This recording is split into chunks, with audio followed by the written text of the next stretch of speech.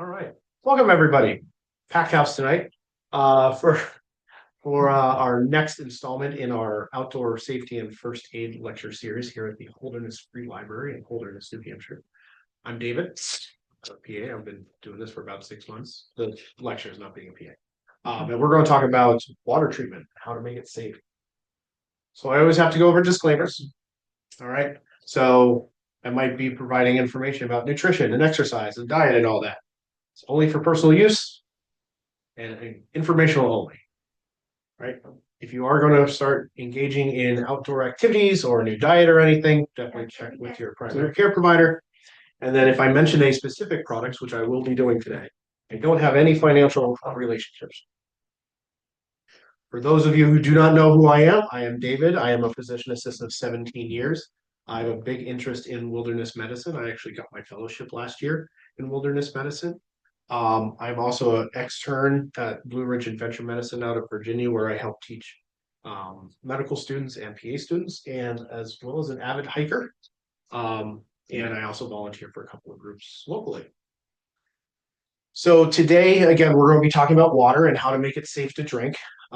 First, we're going to talk about why is it important. It seems pretty basic, but it's going to. We're going to talk about what's in that water that we're trying to get rid of. Some common myths that I've just kind of heard over the years of just being outdoors and general learning about all this stuff. Talk about what to look for in a water source, how do we actually treat the water, and then how do you choose it. So why is clean water important? Well, here in America, we take clean water for granted, right? Like we could just turn on a tap and fresh, clean water that's usually not going to make us sick is going to come out. But that's not the case in the rest of the world. About a quarter of the world, unfortunately, lives in a place where water is not easily cleaned, nor is it always safe to drink. And unfortunately, about 1 million people a year die from diarrhea-related illnesses around the world that are attributed to dirty water. Now, here in the US, obviously, we have a lot less because we do have better sanitation. However, that's not always the case, depending if it's if it's a contaminated water source, etc. So about 7 million people in the United States get sick from waterborne illnesses. That equates to about 1 in 44 people. And of course, about 6,000 people a year die of diarrhea. Typically, this is the medically frail, the very young, the very so, what are we trying to eliminate? Here's all the stuff that can be in your water. Not necessarily in the US. Typically, the ones that I've bolded here are the ones that we're typically going to be seeing in the United States if we do see it. Giardia, we love this one. This is called beaver fever. This is the one you're typically going to hear about around here. But then we do have things like E. coli, Campylobacter. If anyone's been to the Plymouth Spring on Route 3, that's the one that typically gets infected with Campylobacter. Right now, it's still in a boiled water because of it. We have amoebas. We have lovely viruses. Hepatitis A, really big in developing countries. We do have it here. Norovirus, we hear about this every year. This always runs through campuses, nursing homes, and just communities in general. And then parasites. Thankfully, here in the US, we don't have to worry about a lot of parasites. But which one? Astrovirus? Yeah, sure. Yeah, there's a lot of viruses. Like hookworms, flukes, pinworms. These things ravage the tropics. There are people just walking around with bellies full and colons full of worms because of this. So this is what we're trying to get out of our water, right? So going around, listening to people talk, there's some myths out there about water. And, the water that's out there, not in here, out there. Clear water is clean water. If anyone's taken a high school biology course, you know that this is not true, right? What looks clear, it's very clear, right?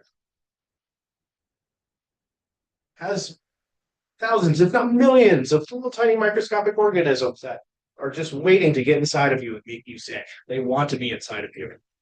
All right. So number one, clear water is not clean. I don't care how clean Newfound Lake is or how clear Squam Lake is. And by the way, this is Squam Lake water. So you get to test that if you can taste it if you want. So, all right, fine. It's not clear, but why don't we drink a little? That's fine, right? If I drink a lot, I'll get sick. If I drink a little, I'm going to be fine. Nope.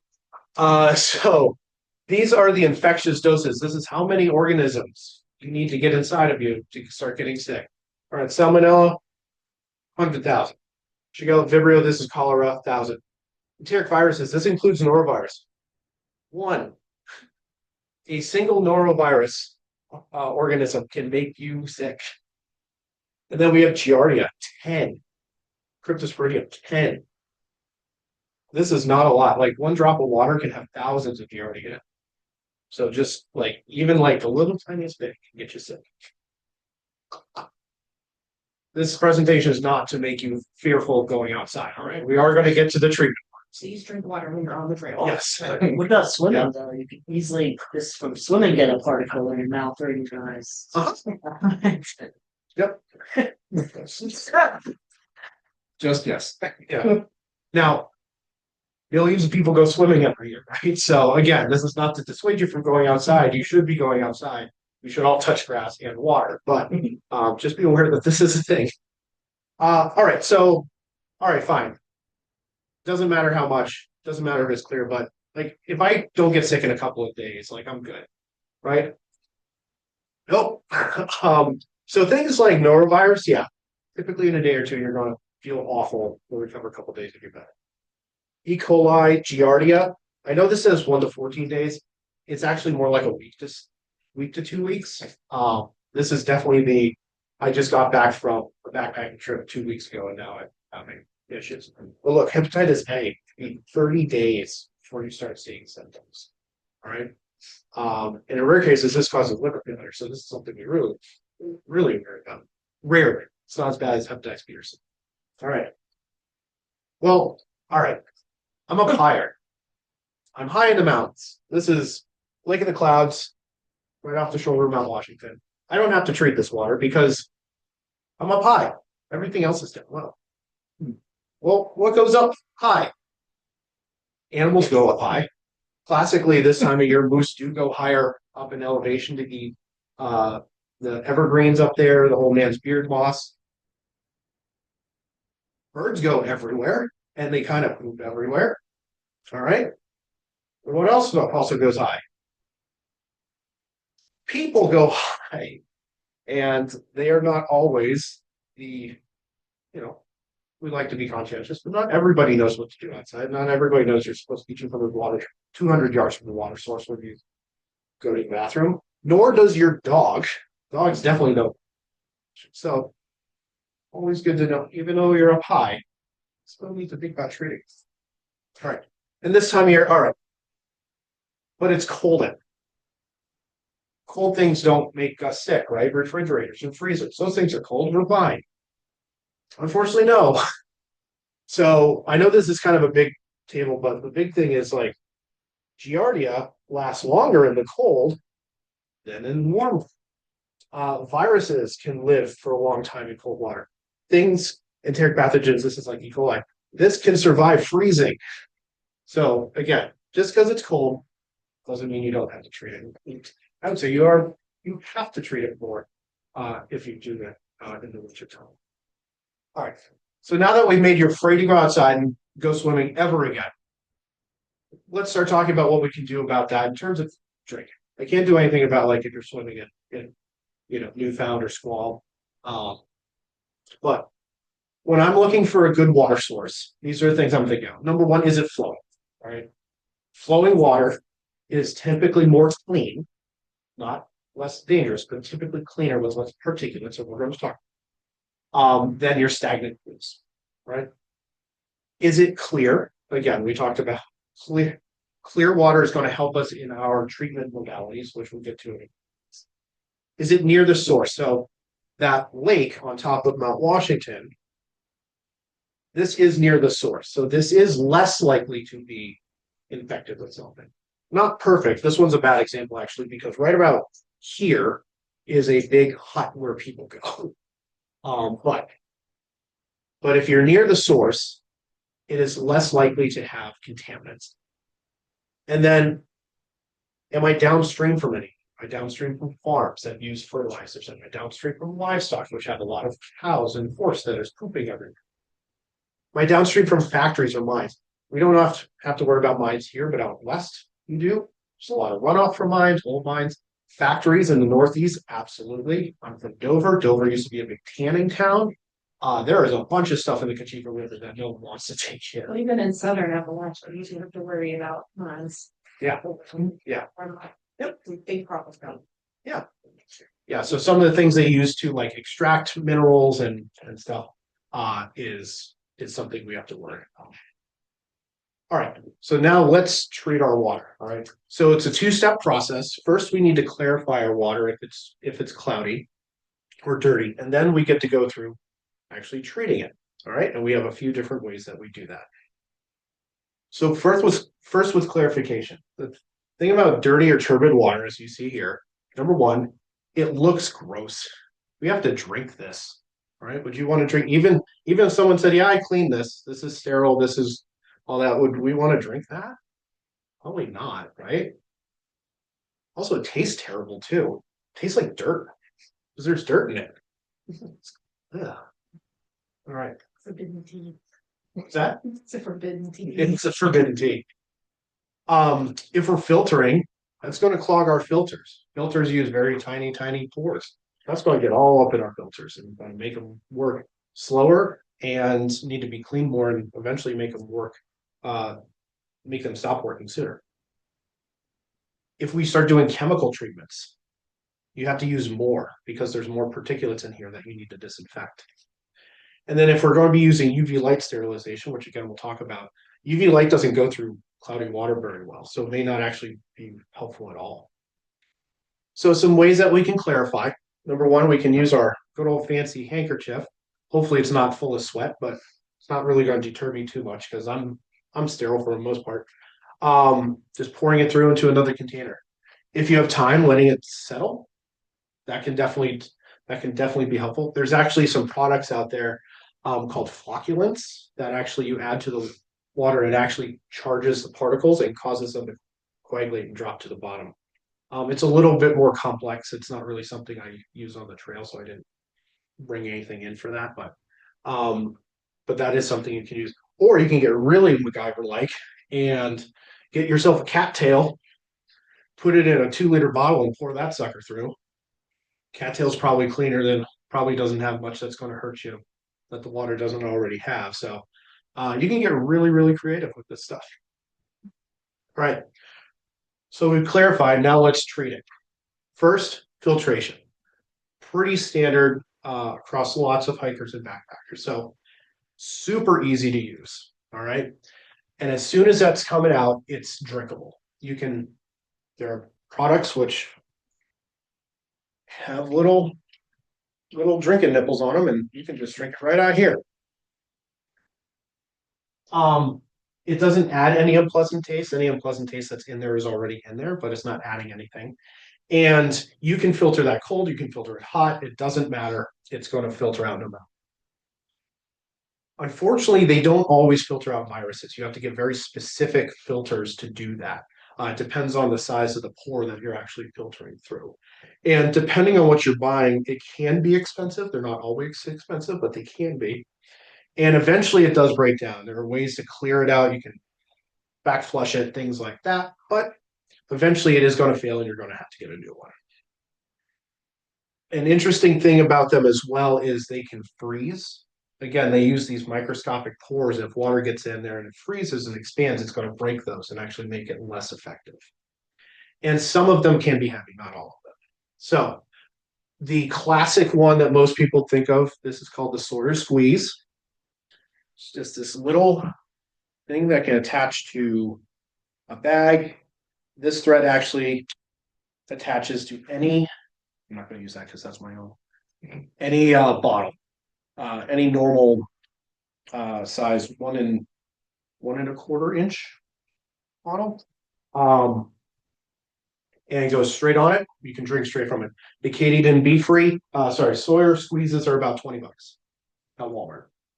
Katydyn Be Free, another one. And how these work is there's like these lots of loops of little fibers that catch the particulate in here. These are nice because this has actually a squeezable bag. This is about $30. this honking thing is an MSR. This is good for like large groups. It has a pump, it has a ceramic filter. This does filter out viruses, and this sticks into stream. You can just pump all day long. And then that's $130. So again, this is heavy and expensive. And then the Grill GeoPress, this is $100. This is one I actually want. It also filters out viruses.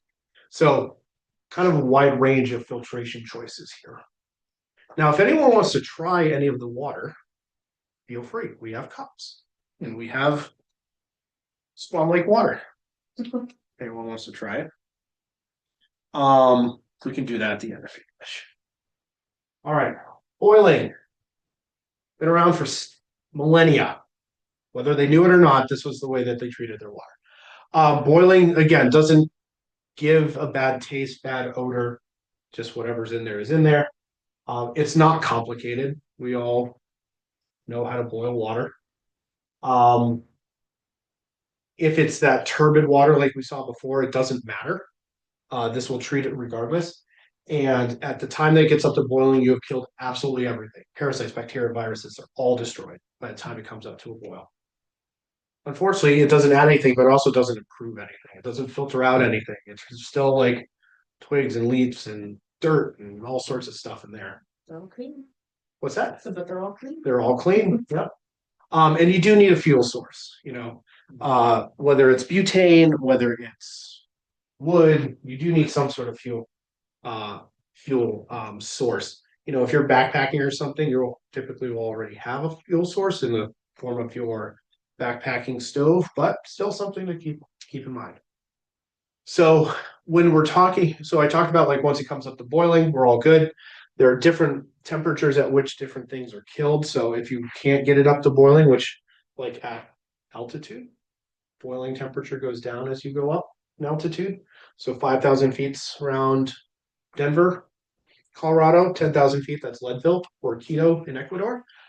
So you do need to keep that in mind. 194 is as high as you're getting. So, you may have to boil it for a few minutes instead of just bring it up to boil before you drink it. Obviously, you have to let it sit anyways because it's boiling hot, but still things to keep in mind for boiling.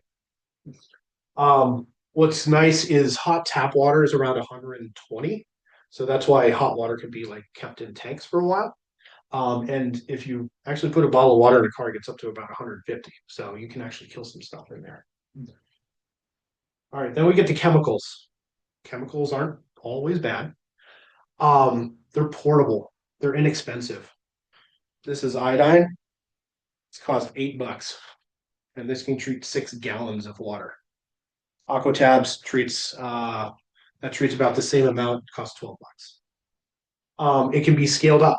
We don't always have to use, we don't always have to do it in 1 liter increments. We could do a whole bucket if we needed to, assuming we had the amount. And the other thing is, as it stores, those disinfecting materials are still inside, continuously disinfecting. So it's very hard to recontaminate them unless the concentration of the disinfectant goes down. Unfortunately, they don't always taste great. People know about this because chlorine is one of the chemicals we use, right? So any city water, I don't know, is Holderness on like does Holderness have a city? No. So yeah, so if you go to like Plymouth and stuff, it's chlorinated. This is very dependent on how many contaminants are in there.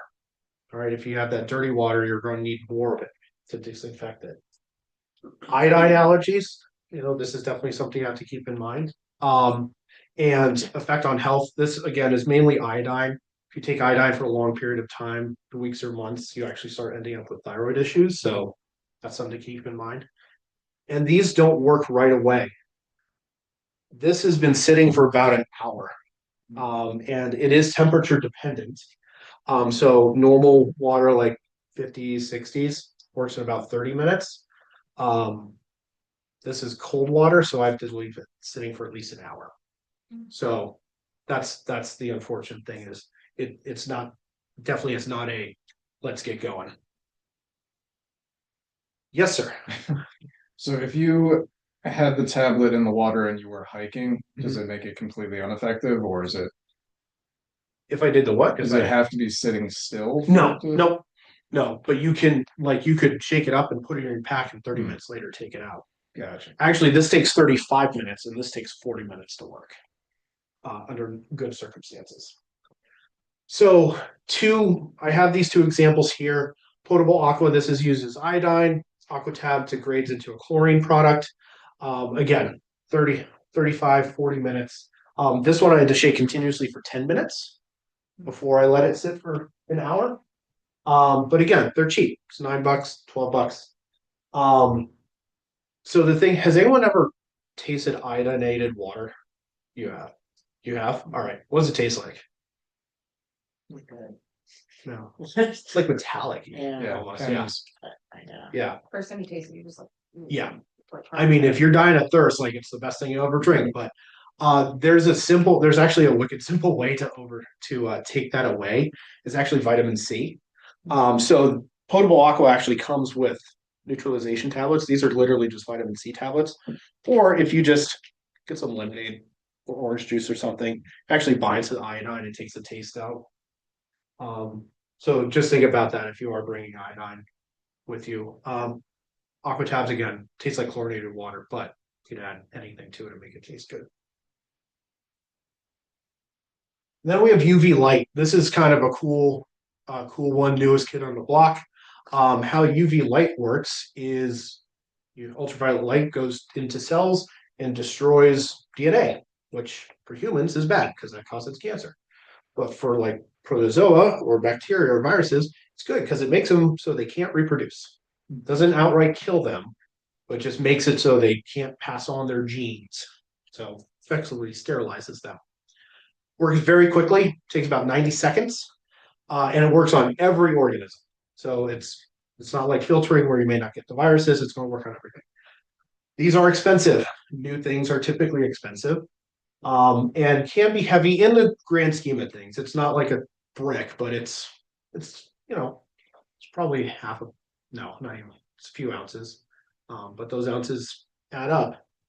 It does require some sort of electronics, whether it's batteries or recharging, so you have to take that into consideration. And then again, if it's nice and cloudy, it's probably not going to work as well.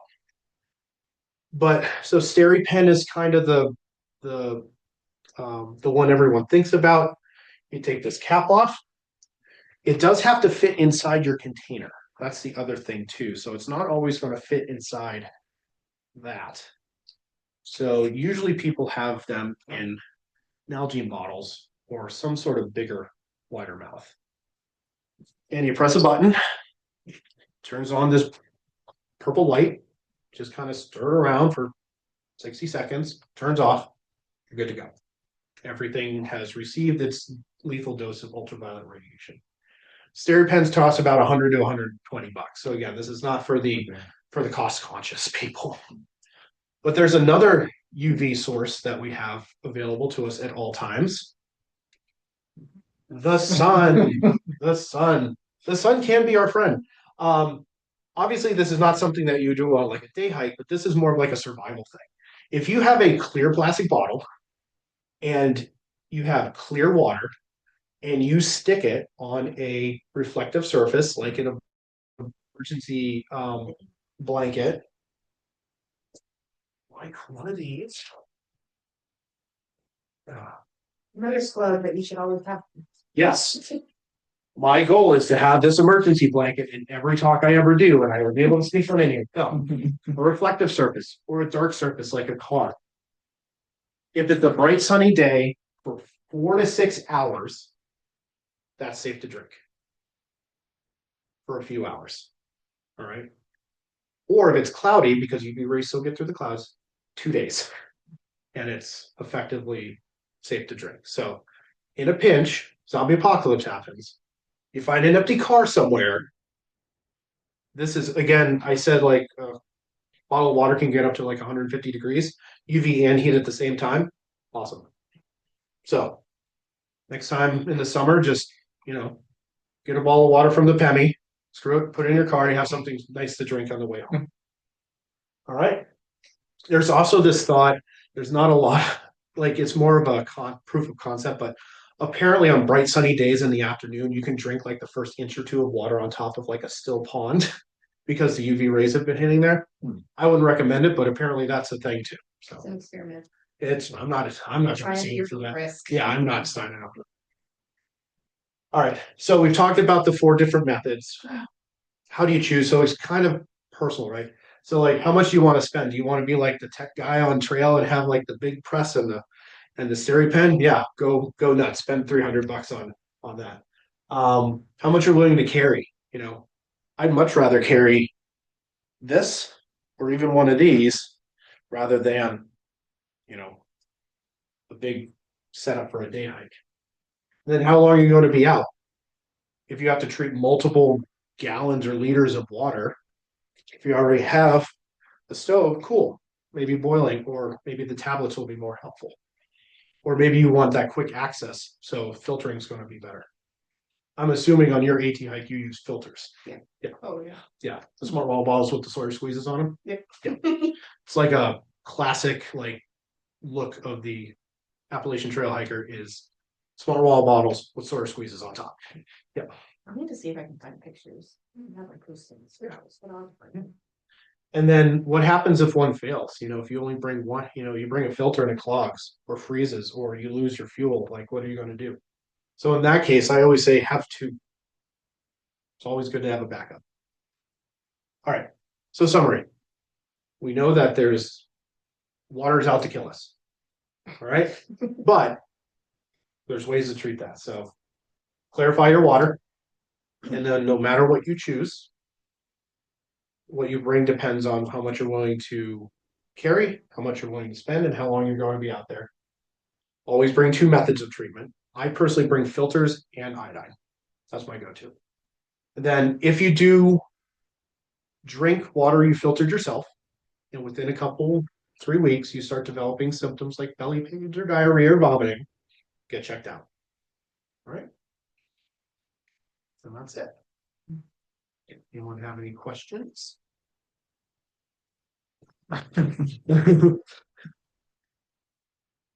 Not, well, Yeah. not so much question, but did you see, and it might have been an old clip too, but there were people up in uh Antarctica and they were drinking water directly from like pools. Yeah. How dumb of an idea is that? So probably depending on where they like if they were completely far away from like any other animals, like probably not as dumb as you think, but I still probably wouldn't do it because there is an animal there, it's called humans. So they can carry stuff as well. Yeah, I still probably wouldn't drink from it. Like I'd probably do it just to say I drank Antarctic ice water. Like Yeah. that's it. But I'd probably treat it first. Right. Yeah. Fair. Uh-huh. Especially in Antarctica. Cause I had a former coworker that was doing research up in the Andes and, of course, very high mountains, very high up. Mhm. And she got giardia, because someone did not treat they just got snow, it melted it, Yep. treated it, didn't treat it right. Yeah. And then they were going up higher in elevation, so she thought altitude sickness, no, Mhm. it was giardia. Yeah. So. That is one thing. Snow is in this. Should have been part of this talk as well. Like because melting snow, like there's still stuff that can be living in there. Don't be like me and take it from right next to the trail and shove it in your water bottle to cool it down. Nope. Does anyone want to try any Swan Lake Yeah. water? Question. Yeah. I don't know where I saw this, but it was some movie or show. It was the intention was to try to teach survival techniques through a story. Mhm. But one thing they did was take a tarp and have water in a pot, Yeah. and then Yeah. have it go up to the tarp, which was hanging down, Yes. so that it evaporated. Yeah. Condensation that it poured into another thing. Yeah. So if you did it that way, that you get to skip a step. Right. So Essentially, that's right? distilled. That essentially you're distilling it. So it's Mhm. called a water still. Sorry, a solar still. You do not have to treat that. Mm. Because the viruses and the water particles, the water vapor particles are so small they don't transfer anything. So yeah, if you were to do that, you actually don't have to treat that water. Or even like filter or with the handkerchief, you wouldn't need Right, that yeah. either, Mhm. yeah. Yeah, as long as you got into a clean container. Yeah, you can do that with seawater too, actually, because obviously the salt will be, so like, yeah, you like dig a pit in the sand, you put your pot in the middle, you have the clear tarp, you put a rock like so it drips down and just keep on putting water around it and yeah, it's a solar still. I Yeah, think that's what it was, they wanted deserted island, Yeah. and they made salt water. Yeah. Interesting, cool. alrighty. Who wants to try some lake water? Kind of late, Mhm. getting bougie tonight.